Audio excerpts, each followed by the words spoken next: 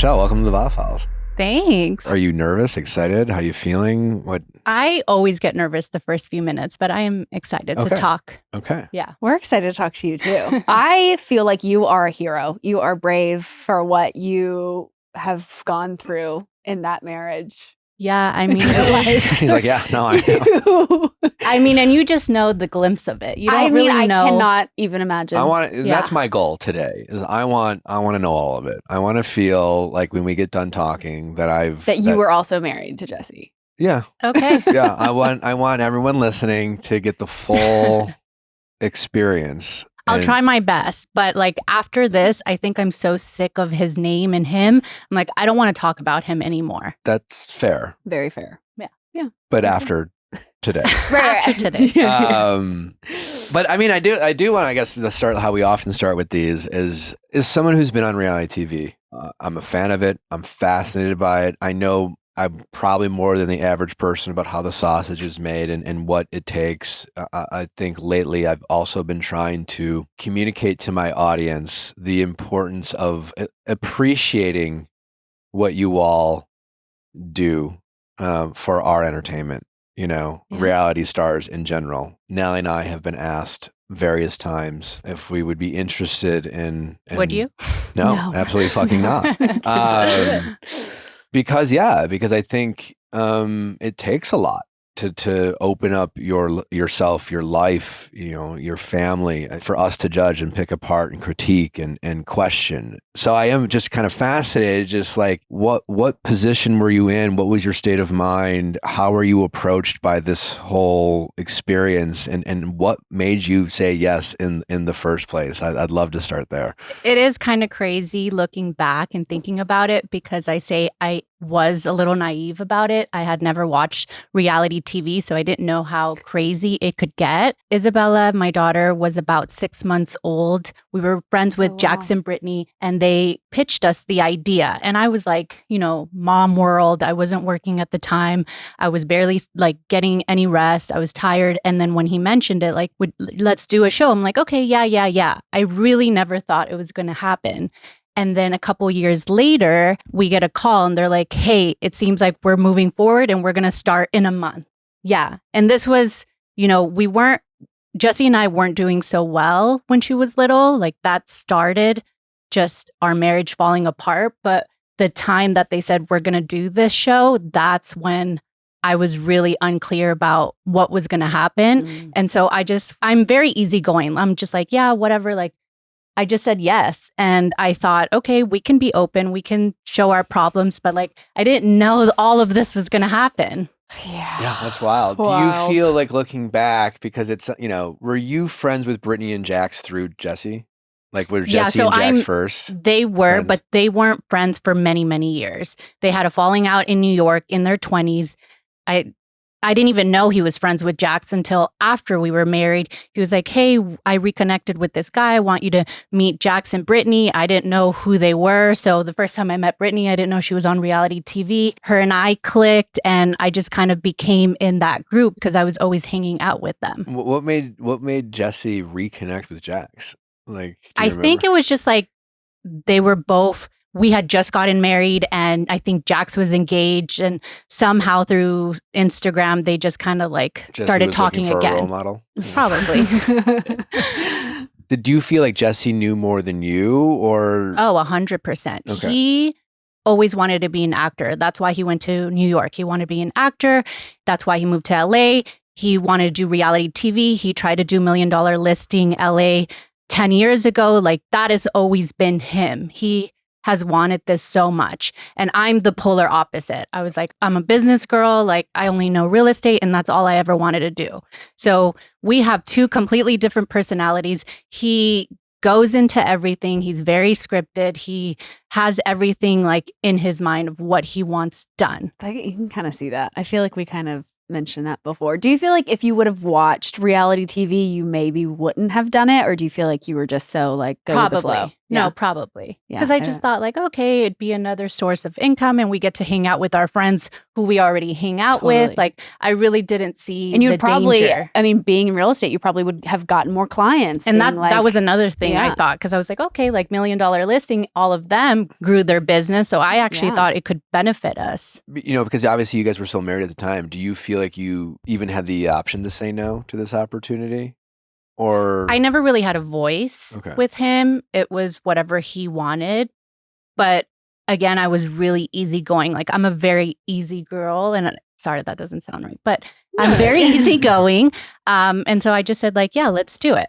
That makes sense. And so what conversations, if any, easygoing or not, like so you acknowledge that like this is a time when already your marriage had its cracks. And did you guys as a couple sit down with any type of conversations about like Nia and Dark Danny have been a topic of conversation? And we were talking about it in terms of, you know, Brittany was frustrated with them because they're not opening up. And I get it. Like, you know, Brittany is like this old school reality TV star who is like, this is what we do. You know, this we show, we are vulnerable. And we could argue whether Nia and Danny aren't meant for reality TV, but there's something to be said about a couple who like prioritizes their marriage first, who gets on the same page first, who doesn't feel like they owe anything to anyone outside of their marriage. And they might sit down and say, hey, okay, we're going to take a risk as a couple and we're going to do this show. And hey, we could use the money and maybe this will help our business. And before we do this, like, what are some boundaries and some rules that we have as a couple to make sure that we don't lose whatever we have here? I'm guessing, do you guys have those conversations? No, we didn't have these conversations. It just kind of happened fast. We had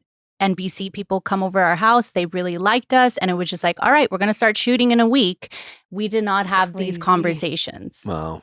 Did you have a lot of fears on your own about like that? Or it was just kind of a whirlwind or? I was just nervous because as you can see, compared to everybody else, like I'm just quiet. I'm more to myself. I'm more reserved. I'm an introvert. So I was just like, I didn't know what that was going to be like. And I just said, I'm going to be myself. I'm not going to act and pretend to be this person that I'm not. So I was just worried about how I was going to be portrayed or looked at. But I really honestly was very naive about it.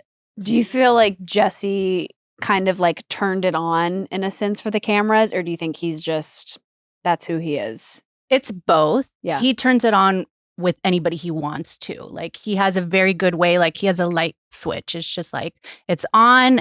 If he likes you, if he thinks you have money or whatever the case is, it's like he has this persona that's not really who he is. Because you guys had cracks in the marriage, I think fans have questioned if you guys already knew that the divorce was happening. And it was like, you know what, fuck it. Let's do this on TV. Yeah. And at least like this will be a great way to kick off a show, a messy divorce. Yeah.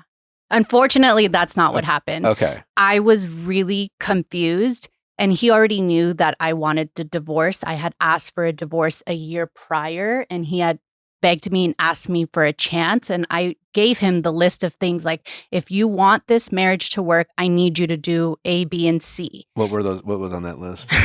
I mean, there was a lot, but the major problems, I mean, every marriage has problems, but when you have a lot of big problems, then it's obviously not good for a marriage. One of them was his drinking. He was just at the time drinking way too much every single day. You know, he would drink bottles of vodka on the rocks. And when you have a baby, that's just not doable. We had financial issues, meaning that I was meant to stay at home and take care of the baby, and he was out all day, but he was just not working. He was just the opposite, going out and spending money. And it was just like a constant battle of spending and spending and spending. And he always says, like, he says it now, we were 50% business partners, but he spent 90% of our money. And it was very frustrating because I'm like, I'm at home taking care of our baby and you're just spending all our money. And I couldn't control that or control him. Would he acknowledge that at this point? He always made excuses. No. He'll say like, oh, I deserved it, or it was a family trip, so it's fine. And it wasn't fine. But he wouldn't deny spending the money. Like if he were here on the couch and I was like, hey, what do you have to say to this? What do you think he would say? It's hard because every time you ask him the same question, it will be a different response. So it just depends. Sometimes he will acknowledge it, and sometimes he's like, she's crazy. I don't know what she's talking about. And it's also like you were home with your child and you could have been like, listen, I can be out there working, but like this is, it's like you could have done something to help your family, but you were also like taking care of the child and saving money that way by like not having to spend money on a babysitter or a nanny or daycare or whatever it was. So yeah, it's like a double end of losing money, you know? I mean, I say it's like kind of being with a gambler. Like you can't be married to an alcoholic, to a gambler. And I felt like he was kind of that person. Yeah. And so it was very hard on me to just watch him not grow as a person. And he was just going backwards once I had a baby. That's when it like started.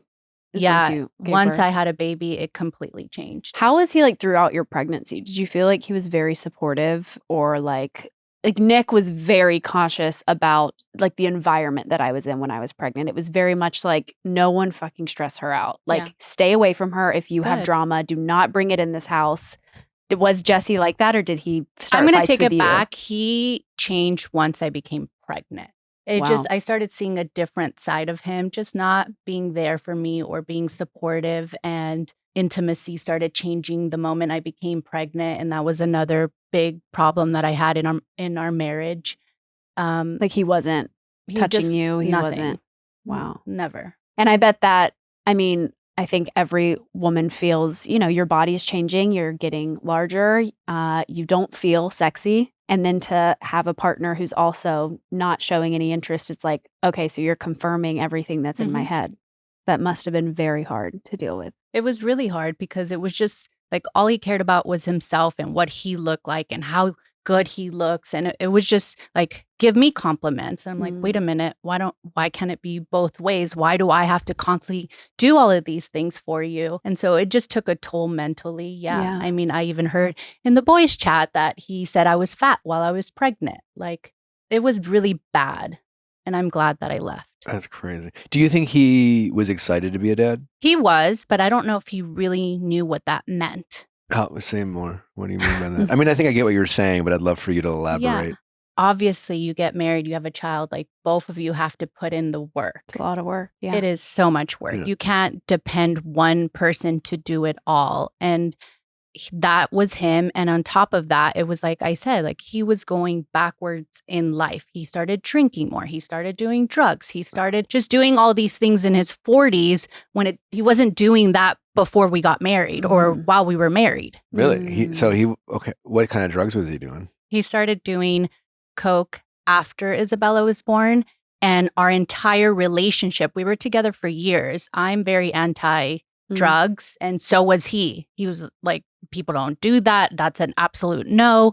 And then once I had a baby, like I started noticing things. I started asking him because it was very apparent and obvious. And I could see him lying to my face. And it was just very difficult. That's crazy. What was he? I mean, I guess there's a backtrack a little bit. What was he like when you first met? You know, like very different. Because everybody's, and it is kind of crazy to think like how we started and then how we ended up.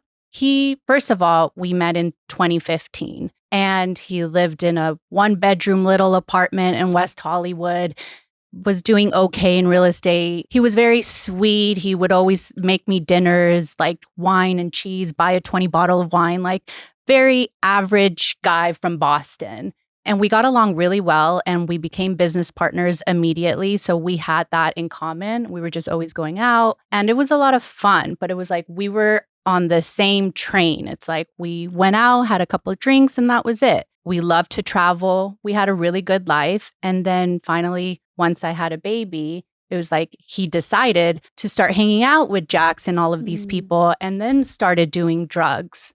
I mean, we've obviously had Jax recently open up about his drug addiction to cocaine. I can only imagine that probably had something to do with Jesse venturing into that path. Yeah, I mean, they hung out, so it's obvious that he did it. He would probably deny it, but... What do you think being a father meant to Jesse? To him, it was like the picture perfect family. It's like, I got my daughter, I got my wife, everything looks good. but he didn't do the work or care What about did anything. he think his responsibility was as a dad? Honestly, I don't know. Because like he wasn't providing, he was spending. He wasn't like Or just like protecting. the little. I mean, like just when. And I don't know what he like- expected, because it was years and years and years of him not being intimate with me, spending all our money, drinking too much, just not being a good husband. And so finally, I fell out of love with him. And then it's very frustrating watching season 1, because he has this act of he's trying so hard. Mm. But I told him the answers. Like, I didn't want to get divorced. I wanted to be married. I loved him very much. And he just didn't do the work. Yeah, I Why think do that was you obvious. think? Because obviously season 1, towards the end, when you were like, "Hey, I'm not happy. I kind of hate you, and I want a divorce," and he really went into like the victim mindset of, "I can't believe this is happening to us or me, and please give me another chance." And he's crying. But like, if we're trying to give Jesse the benefit of the doubt, or at least if we try to at least put ourselves in his shoes, why do you feel like he had such a hard time being a guy claiming to want to make this marriage work? Yeah. Why do you think he had such a hard time, like just doing anything to try to save it? Because why I do you think that? one, he never thought in a million years I would actually leave, because I tried to leave once and he convinced me of staying. So he was like, I have a kid with her. But once that happens, it's in your head. Yeah, you would think. And he did try for a couple of weeks. And then we moved into the Marmont house. And it was like the day that we moved in, we had movers, and he got so wasted with his friend. And I have the baby, and I'm directing all the movers of what to do and everything. And he was so drunk out of his mind, he couldn't walk to his bed. And I'm like, this is like a moment for me. I've never lived in a house. Yeah. Like, it was a big moment that we were moving into a house. Like your first house with your family, like your daughter. Exactly. Yeah. And it was just like another little example of like, should be a special moment or a nice moment. Like, you don't need to get drunk with your guy friend on the corner while we have movers and a child and trying to figure everything out. Did that kind of feel like a pattern of like he would ruin special moments for you? A lot. Yeah. Often, yeah. What was your birth like with Isabella? I've mentioned it. It was hard because I was pregnant and I had her in April 2020, which was the worst time of COVID. Yeah, wow. Every day the law was changing in the hospital, whether a parent could go in or if one person could go in. So I didn't even know. And I was always afraid of giving birth. Like, that was my one thing. I hate hospitals, blood, pain, all of that. So I remember having contractions at like 9 p.m. This is like April 13th.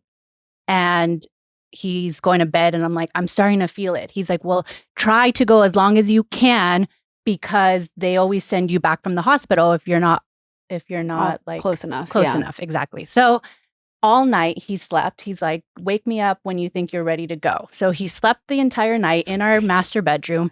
And I'm texting my sister. She's like, time your contractions. And like the whole night I was in a lot of pain. And it's finally like 8 a.m. or 7 a.m. And I'm like, I need to wake him up. So I wake him up. He's like very well rested. I'm like, we need to go really. Like, I remember I couldn't really breathe. He's like, I'm going to make you breakfast and then we can go. So he gave me a bite of eggs and I threw up immediately. And I'm like, I need to go to the hospital now. So I check in, they give me the epidural. That was kind of an argument because he didn't really want me to have it, but I said, I'm having it. I was in so much pain. Why did he have an opinion? Yeah, I was about to say, this isn't the He had room. an opinion about everything. If it were up to him, which he tried to convince me while I was pregnant, I would have had a water birth at home in the bath, all natural, by myself with him. Based off of what knowledge He that he doesn't had? believe in doctors and medicine and all Just of cocaine? that. Yeah. Wow. I mean, it's like, again, my sister's a holistic nutritionist and she's into all that stuff, but like she went to school and studied, and like, if I ask her a question, she can articulate a point of view and not just like to be different. So long story short, I was at 7 centimeters for 20 hours and I was getting high blood pressure. I was starting to get really ill. And the doctor's like, we need to give you Pitocin to help you. And Jesse was very anti, absolutely not. And so Does he even know what that is? I think probably he did did a quick Google search like while they said it, and then was like, no, you can't. So he's fighting with Can you my. imagine playing doctor at a hospital? He's arguing with the doctor, and like I barely can breathe, and I'm just not feeling good. And finally, I just hear the doctor like, "I'm overruling you. This can affect the baby and Michelle." And so he did it, and then finally, I had Isabella, and he had about 15 minutes with her and had to go home. So I had to be at the hospital by myself. Why do you have to go home? For COVID. Oh, for COVID. Yeah. So he was allowed like 15 minutes with her. Wow. And that was the start. I was about to say, and then I can't even imagine like postpartum. Obviously, you go through so much physically, mentally, emotionally, and like. Thankfully, I didn't have any postpartum depression. Thank God, because then I really don't know what I would have done. But it was overall really hard because I didn't have my mom come visit. Nobody knew what it was. At the time, everybody was like cleaning Amazon boxes. And I'm like, I don't want my baby to have COVID. Nobody's coming to visit. And so I just did everything on my own. Jesus. Wow. And he was present when she was born because he had no option. Everything was closed down. There was no work, no restaurants, no nothing. Was he, helping you with like the actually, pumps and all that stuff? I breastfed. That was also very important that I always only breastfed. So I breastfed for almost over a year, almost a year and a half. For Jesse, it was important. It was important to me, but to him, it was important to us. But I'm just kind of curious how opinionated he was about what you should do with your body. Looking back, I was just so used to like that was my relationship. Yeah. It is kind of crazy to think like who I am now, and I think that's part of his frustration because he can't control me anymore. Was there a part of you that once you had Isabella, you started seeing all these changes in your husband? Was there a part of you that like did a lot of this happen in front of Isabella? Like the way he spoke, we see the way he speaks to you on TV. Yeah. So did he speak to you like that in front of Isabella? Yeah. And I saw it starting to affect her. And like, even if he raised his voice a little bit at me, like she would say like, guys, or like she didn't want us. And she wouldn't even allow Jesse to come close to me and hug me because she had never seen Jesse give me a hug. Wow. So it was very odd to her. And I just started realizing how like this was her new normal life. And I'm like, this is not normal for my husband or her dad to like not hug me. And that's weird to my daughter. That's when I knew like something's not right. Did it cross your mind like her growing up and like choosing her partner and how that would affect her long term? Yes. And that is what gave me the courage to leave. If I didn't have her, I don't know if I would have left. Yeah. And somebody said that to me. The life coach was like, what would you say to your daughter if she was married to a Jesse? And that just opened up my eyes. And I'm like, I can't do this for her.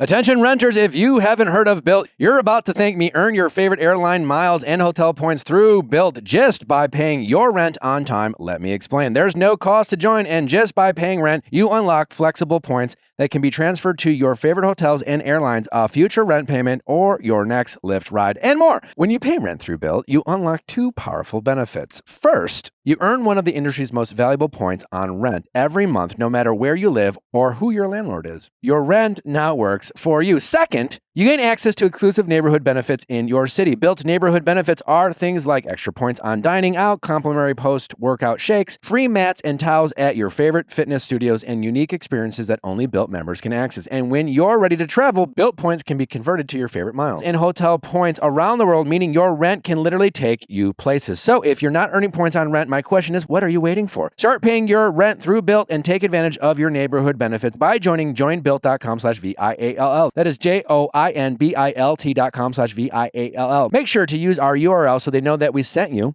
Joinbuilt.com/VIALL to sign up for your Built today.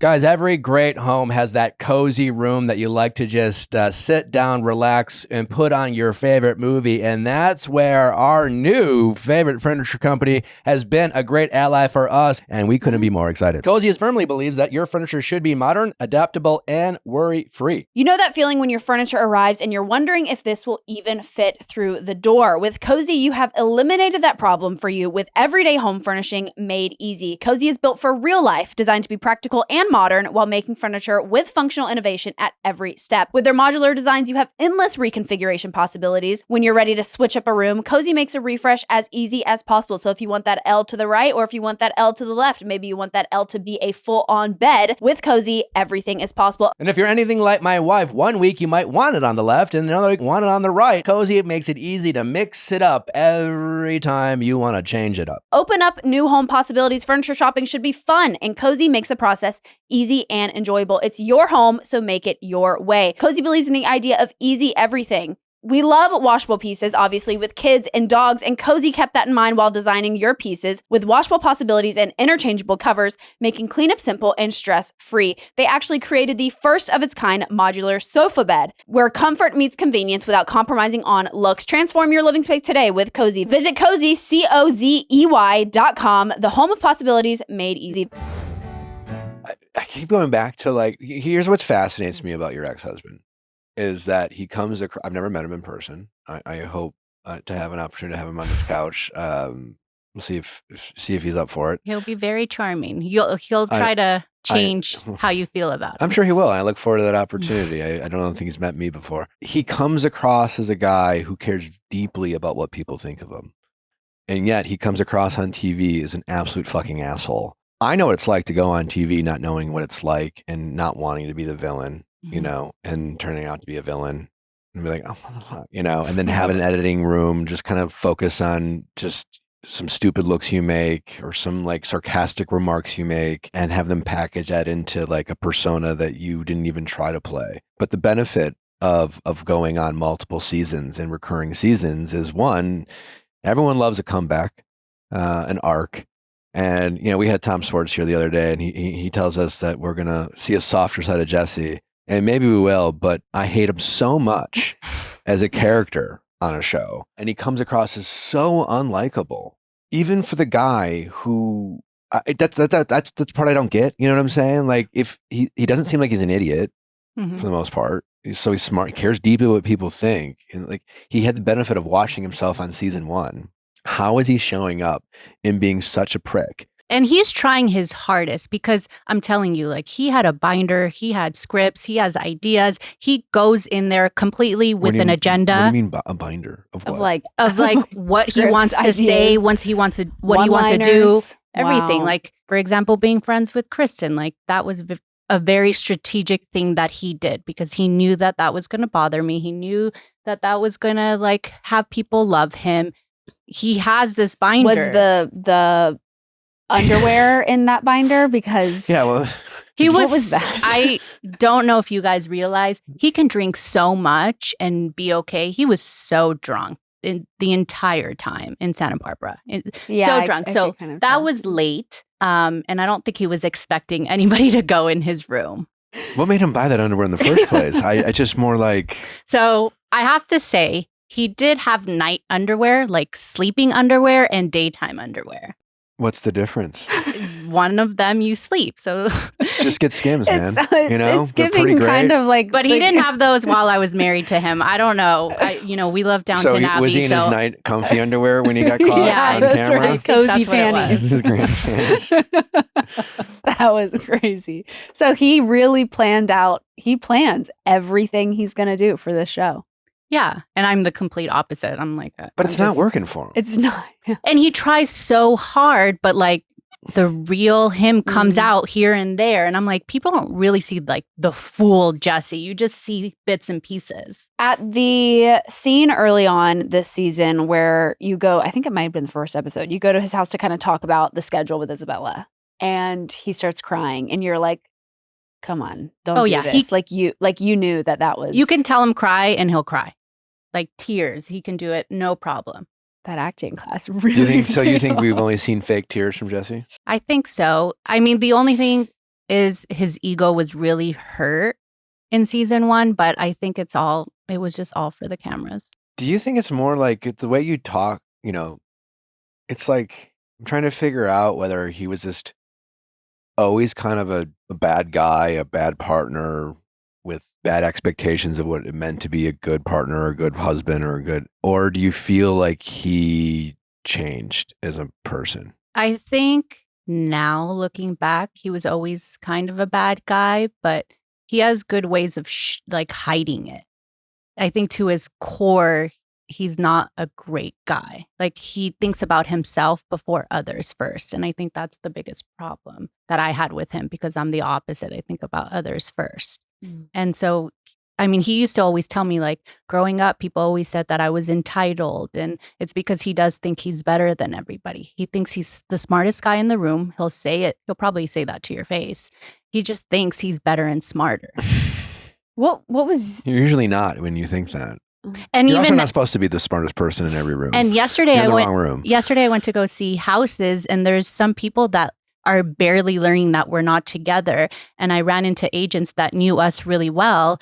They're like, wait, you're not together? That makes perfect sense. I always wanted to tell you. And so many people are like just telling me, like, you guys should have never ended up together. I never saw it. I'm like, why didn't people tell me? thanks now? Yeah. My parents said that once about my second girlfriend. I was like, oh, could have been, Yeah. But I think sometimes, we're not very receptive to it in the moment. I was just going to ask what your family was like at home, like growing up. Were your parents together? Are Yeah. they together? My parents were married until I was 13. They were really in love with each other, but my dad had a mental disorder, so he left the family. Sorry. But I'm the youngest. I have a brother and sister, and I came from like the most loving, normal family, I guess you could say, ever. I'm very close to my family.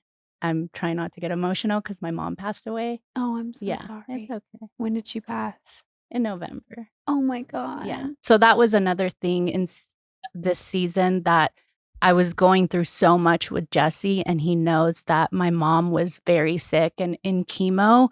And so I was just like unwell because I was dealing with his bullshit and my mom's chemo.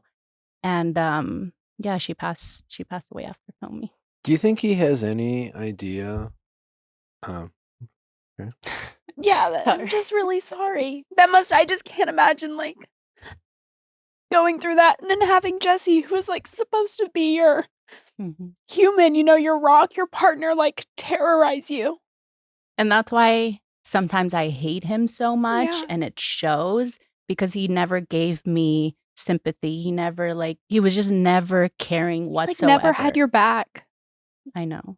It's really hard. I'm really sorry. Thank you. I mean, do you think he's kind of like a monster? Yeah. I wish he wasn't, and I wish I could say he's this like wonderful person, and I hope that one day he can grow, but he never has. Was your mom really proud of you for getting out of that marriage? Yeah. Yeah. She was very happy that I left, and in the summer she had to have immediate surgery, and so I drove to San Diego, and my family saw me really unwell, and it was the day after Dave and Buster's. And so I hadn't slept, and I cried all Wow. night, and I didn't want to say anything. And my family's like, what's wrong? And I was just in my head because I didn't know what to say. And I'm like, I don't want to say this. She was in the hospital, and she's like, just tell me. And I'm like, Jesse called me a hooker on national TV. And my whole family was just like, we knew what a disgusting person he is, but he'll never be accepted in our family in the future. Did he ever reach out to you after your mom passed? Yes, I had Isabella FaceTime him, and I said that she needed to let him know. And she called him and told him, she said, Grandma went to heaven. And he actually sent me a nice text, a very nice text saying, like, I'm so sorry for your loss. If there's anything I can do, please let me know. And so that day was my day with Isabella. And I'm like, an hour later, I'm like, I don't think I can take care of her. I need you to please take over. And we actually talked to a therapist once about Isabella and how we were going to handle my mom's passing because she was so close to her and we were on the same page. And the therapist told Jesse, like, you need to be better with Michelle. She's going to need you, and you're going to need to take Isabella more days because she's going to need to grieve on her own without Isabella. So I text him, I need you to take care of her that day. And he's like, oh, I'm sorry. I'm already on my way to OC. I can't. And so hours later, somebody must have told him something, but he's like, why don't you get a nanny and I'll pay for it tonight? And that was the only nice thing he's ever really done. And that wasn't even to me like, I mean, he couldn't, but the OC is where the girlfriend is. So he couldn't even be like, hey, this is a little bit more important. I'm gonna. My child's grandmother died. Yeah. Even if he didn't want to make it about you, you Yeah. know? So that's all I can say. Like, this is why I'm so angry, and I'm still angry because it's just like one after the other. And there's only so much I could take. And I just realized like he was awful to me and he's continuing to be. And there's just like, that's why I talk about him. And it's hard not to because he does so much to me that people have no idea. Yeah, he doesn't hold back at all. Do you think his accusing you of the infidelity is all part of his, is in his binder, so to speak, and part of his plan? Yeah. So we actually met because he said, I want to speak before the summer so that we're on the same page. So he made me go to his friend's house and sat me down and he's like, I don't want you to talk about our finances. I don't want you to say a word. Like that was so important to him, the finances, because he's in a lot of trouble. And I said, okay. And he's like, tell me the truth about what happened. So I told him the story. I made a mistake before I left him. That's part of the reason why I left him, because I knew I no longer wanted to be in this marriage. I kissed somebody. I should have never done it. And that's it. And so he's like, have you ever been with Aaron? I'm like, absolutely not. That happened after I asked for a divorce. And so he knew everything before the summer. I was very clear. I answered all of his questions. I said, for Isabella's sake, can we please not discuss this? And he's like, I swear I will not say this on TV. And every single day he was fixated, and that was all he could talk about when he knew the truth about everything. Yeah, no, he's meeting his life coach or therapist and making it a part of the conversation and suggesting that you were cheating on him for 2 years and sleeping around. And he knew that that wasn't the case. He was the one always gone. Like God knows what the hell he was doing for 8 hours a day. I mean, even the whole like, Erin lives by Runyon. She would wear makeup to Runyon and she would put the honey in. It was just, it felt very calculated. Mm-hmm. And so it does make sense that you say that like he has all of this planned out because it seemed very planned out. Yeah. And I didn't wear makeup to Runyon. But also like it's LA. Everyone's wearing makeup to Runyon. Like you never know who you're going to meet, you know? Yeah. Like I mean, there's paparazzi literally hiding behind bushes. Yeah. Like, yeah, so he was aware. He just wanted the world to know and to paint me as this like bad person. And he got what he like. I don't know what he got from it, but What kind of money problems does he have? I mean, the gay man is sending him money. Were you just kind of being petty there? I wasn't being petty. I was trying to make a point because he knew that somebody had sent me money and I told him why. And he knew this person very, very well. And I'm like, why are you allowed to make up shit about me, but I'm not allowed to talk about your finances or what's actually going on? But no, like the same time that I got a payment, he also got a payment from somebody, which was more than I got. So it's just frustrating because he's always trying to create this narrative. And I'm just like, stop saying things about me. I'm tired of being silenced. His lies are based off these tiny truths that he then snowballs into something more nefarious and that makes you look worse. Exactly. And so is it like his money problems are just from like overspending or? Like I said, he's just an overspender. I'm just going to throw out numbers. Like if we made $500,000 a year, he spent $800,000. It was just like constant.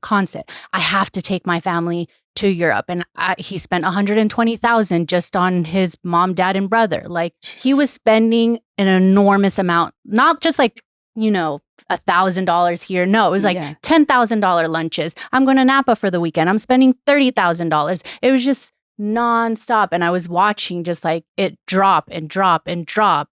And it wasn't for me. Yeah. We had Tom here and he was like, oh, Jesse might not be like great, but he's an amazing father and he loves his daughter. I get frustrated sometimes when I hear stuff like that because it's like, I think sometimes, especially dads, it's like they just decide that they're good dads because their version of love, I don't know. I'm sure Jesse thinks he loves his daughter, but like how you show up for your family to me is a demonstration of whether you're a good father or not. And I say he's a good father because he's able to by himself take care of Isabella and do all of the things where I don't know if every man can do that on their own. He's able to do Like, that. you trust him to feed her 3 meals a day and like give put her to bath bed. and Yeah. take You her to feel school. that your The daughter's bare safe. minimum. Absolutely. Okay. I think she's safe. But somebody recently told me, like, he's not a good dad because of the way he treats you, and your Mhm. daughter's going to see that. So, like, yes, he may think he's a good dad, but he's never going to be a good father until he treats you the right way. Right. Unless he stops, calling you. I mean, calling the mother of his child on national television a lying, cheating whore. I mean, I don't know how you move past that. I still haven't. Because I know, like, he says it was a mistake that he sent a text. He knew exactly what he was doing. He knew that all those people in the boys' chat were, one of them was going to say something, like, he implanted that on purpose instead of, saying what he says, which is like, it was a mistake. I didn't know that people were going to talk about it. Joke. It's so funny. It was just a joke, is what I feel like he keeps, like, is his excuse for everything. It's like, oh, it's just a joke. It's like, to who? And where is this? Like, He seems like watching it that his whole sole purpose is to torture you. He seems like an emotional terrorist. I think he did and has been for the last 2 years. what do you love about being a mom? Everything. Yeah. She's amazing. She completes me. I'm very involved. I don't believe in, I let her watch like a little TV, but when I'm with her, we love like painting and going to the park, and she's very advanced for her age. So like our discussions are really That's funny fun. and cute. She's actually like, I love the story because we're just driving and she's like, Mommy, it's okay that your first marriage didn't work out, but you can get married again. I'm like, Aw. thank you. You don't need to worry about me, but she's just really adorable. How She do you seems so sweet. handle, I mean, like one part people watching it and people have a lot of opinions and we have as well. And just obviously like just hearing your side of the story, and now they both have a ton of empathy for you because it really, I mean, he just seems like a lot of this is by his doing. And he honestly seems like an emotionally abusive person. I don't know how else to describe it. I mean, I don't know I don't know, like if that's not emotionally abusive to strategize around like trying to emotionally terrorize your wife or ex-wife, and then maybe the substance abuse problems and the spending problems are a cause of it. But like, I just don't like, that's just how he seems. I think at the end of the day, it was because of his ego was hurt and he could not imagine that somebody left him and somebody left like the perfect family illusion, and like he cares about what other people thinks. And so that's really what it came down to, because I don't think he truly loved me at the end at all. Like, he could have done anything to fix it, and he didn't. When y'all initially separated, did you kind of have a like rule or boundary around dating and new people surrounding Isabella? Kind of like, Yeah. we're not going to just put anybody around our daughter. Yes, actually, he made the rule. Oh. He said he makes a lot of rules. He has a lot of and- rules for you that don't apply to him. It seems like, Correct. Yeah. He said, we're not introducing anybody to Isabella. You're never going to introduce a man. I said, well, that's not true. There's going to come a point where I meet, but I will let you know. And if you want to meet them before, or if we want to do it together, like, I will let you know, and there'll be the right time. And as her mother, I'll know when that right time is. And he's like, fine. And then my mom actually was in town doing Isabella's hair, and Isabella told my mom, because she had like a really nice braid. She's like, did your dad learn how to do a braid? She's like, oh no, daddy's friend came over and did it. And she's like, yeah. And my mom started asking a couple questions, and she's like, yeah, there was a girl in daddy's bed. And so I started calling him and texting him, and I'm like, what's going on? And he's like, what are you talking about? He's like, nobody was here. I'm like, Isabella told me what is going on. And finally, he's like, oh, I just had a friend here. I'm like, you told me we weren't introducing somebody, and you just Now she's started doing her hair. Yeah. And it's just so frustrating because I'm like, all I care about is Isabella. And it's like, if you're dating her for a week, you don't know if you're going to date her in a month. Like, just wait, or have Yeah. a conversation and give me a heads up or anything. Like, just do things the right way. And I've learned, like, he's not going to do what I would do. To me, these things are common sense, but I've just learned, like, I can't control him. And is that the same woman who sent you the nasty texts Yeah. and the cease and desist? Are they still or dating? whatever? I've heard they're on and off, but I don't What like. was she? Why was she reaching out to you? Recently? I guess in general. I really don't want to talk about her. That's fine. But you don't have to. Fair. yeah, You Mhm. don't have to. That's yeah. fair. I don't want any communication with her. Okay.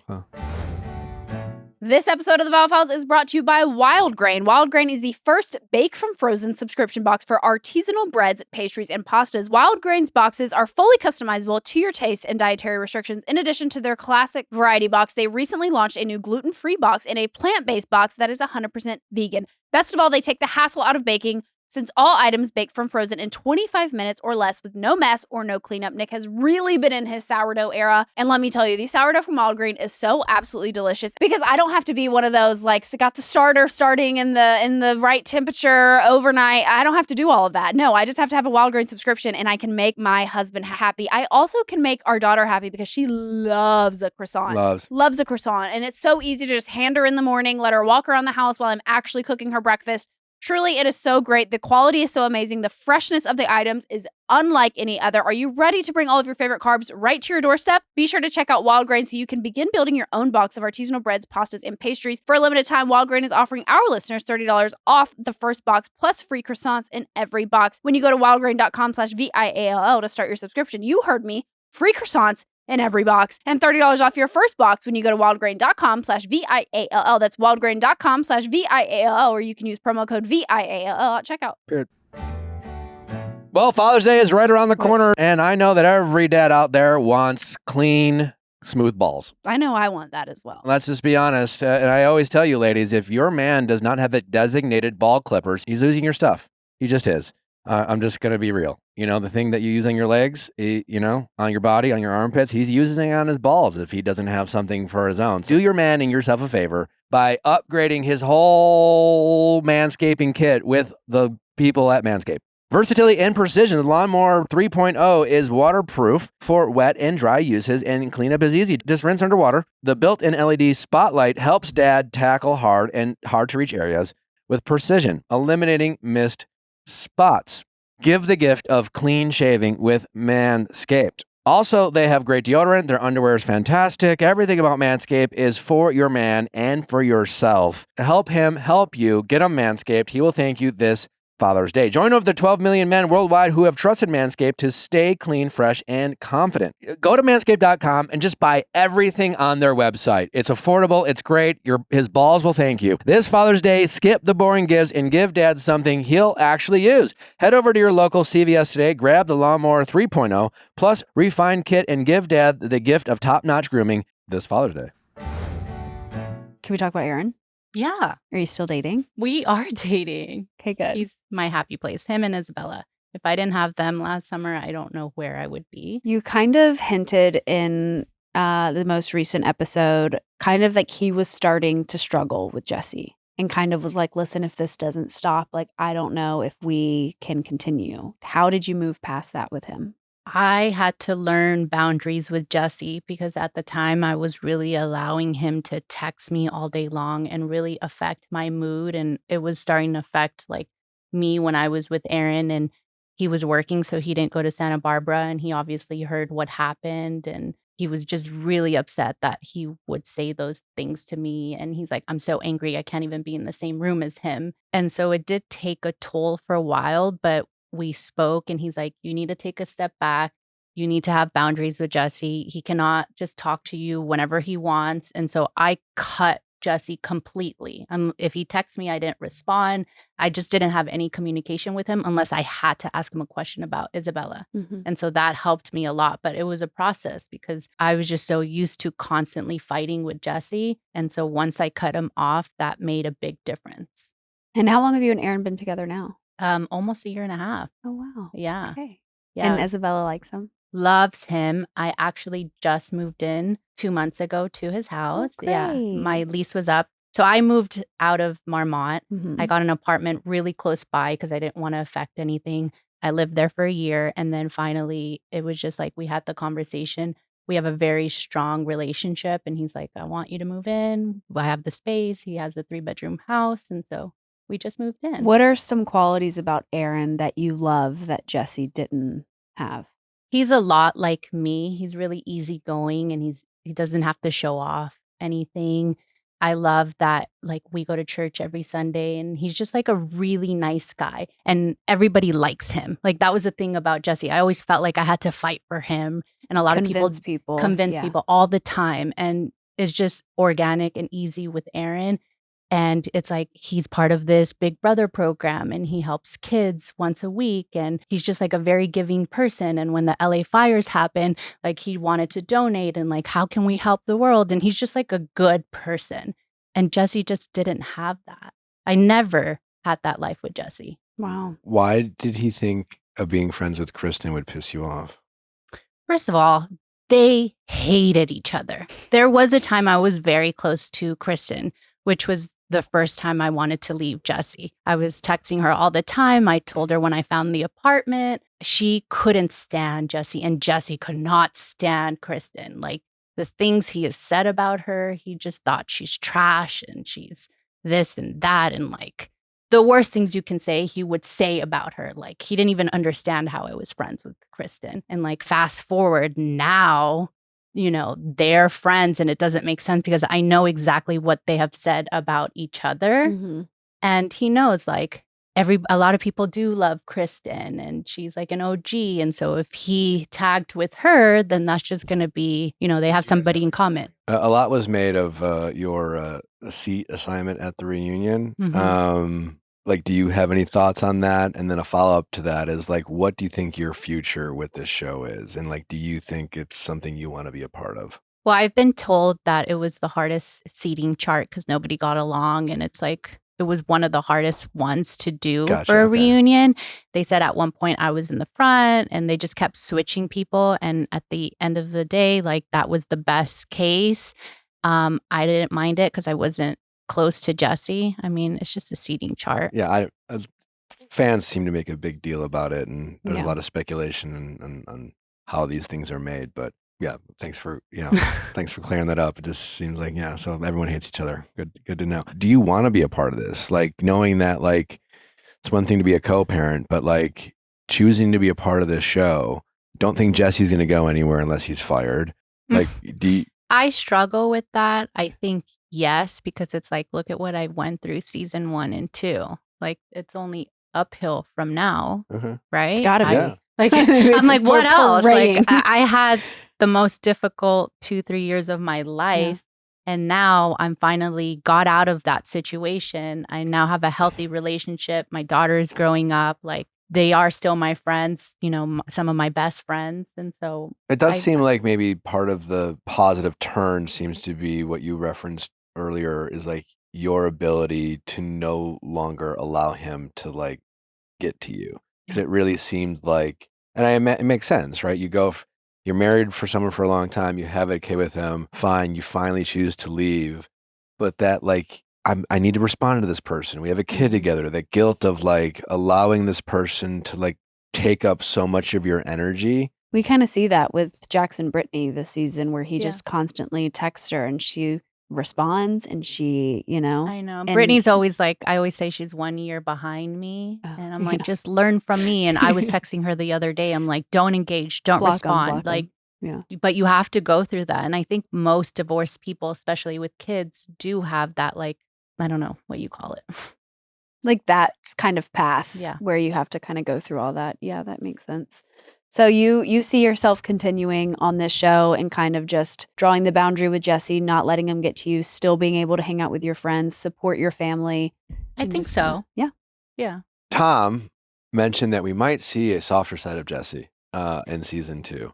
And regardless of what we see, I'm curious, based off our conversation today, I'm assuming you don't think we should believe any of it. It's hard because even now, like he's shifted now. The night before the reunion, he decided to change. And so he sent an email to my lawyer. So I have a lawyer, he doesn't. And so my lawyer has gone back and forth with Jesse for months and months. It's cost me so much money. He's been so unreasonable. And the night before the reunion, he just like was like, I'm tired of fighting. I just want to move forward for our mental health, settle so we could get divorced. And he went on Watch What Happens Live. And he's like, Michelle and I are good. And all of his answers were not sincere or the truth. And that's my frustration. I'm like, could you answer one question and just say the truth? Do you kind of think it's because y'all aren't filming right now? Like he performed. We're better because we don't talk. Like there is no talking anymore. Yeah. The way the schedule is, it's like I drop it off Isabella at school, he picks her up. So we don't have to see each other right now. And he knew all of this was coming up. I don't know. I do think he finally, at least, he wants to move forward with the divorce because that was like another thing that was just dragging and making my life very complicated. But it just like, I think everything, again, is very strategic for him to go on Watch What Happens Live and say we're good because he decided that we're now good. And I'm like, life doesn't work that way. You've been treating me like shit every single day. Like, it's a process. Wow. Well, Michelle, I appreciate you coming on. I'm sorry you're going through this. I mean, Thank I guess you. why don't you leave us with a little bit of advice? There's a lot of people out there, I'm sure, sadly going through what you've gone through. Yeah. And it sounds like you've had to learn some tough lessons. But if there are any mothers or even husbands out there who listen to you and relate to you with what you're going through, what are some things that you wish you would have done differently to spare yourself some of the mental anguish you've gone through? Oh, so many. First of all, your gut is usually right about a lot of things. So it's like, if you really are done, not that I'm encouraging divorce, but like, I don't think it's good to be married and then wait till the child is 10 or 15 years old to do it. I think it's better to do it when they're younger because like even Isabella, like this is her new normal. She doesn't even remember us together. I think that's really good for children. If you're even considering getting divorced, having somebody do some financial paperwork in the event that if you do get divorced, that everything's okay and you're taken care of. I did it the hard way, and I wish somebody told me that because it would have changed a lot of things. Just being responsible, asking questions, like reach out to a lawyer, ask them questions. Is he going to pay you child support? No.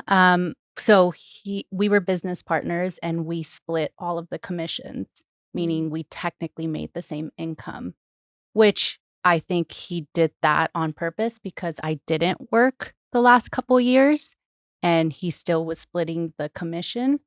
So he doesn't have to pay me a cent. So that's that. All right. Well, you should be very proud of yourself for the place that you're at now versus the place that you were at a few years ago. You really are, I think, to a lot of women listening, an inspiration. And I'm very proud of you. I know I just met you, but going through what you went through, losing your mom, having your ex-husband terrorize you, knowing you went through that, you should be very proud of yourself of where you are now. Thank So, you. you're welcome. Yeah. Thank you for coming on. Oh, well, where can people find you, by the way? Plug. Instagram, Michelle.Saniei. Okay. We'll put it in our box. All right, Michelle, I appreciate you coming on. Thanks. Thanks for being so Was I vulnerable and so- sharing. Yeah. You were great. Yeah. You're great. So, and I think a lot of people will appreciate you sharing your story. So Okay. thank you And very that's it. much. I'm not talking about him anymore because that was very made her do Jesse it. heavy. Yeah.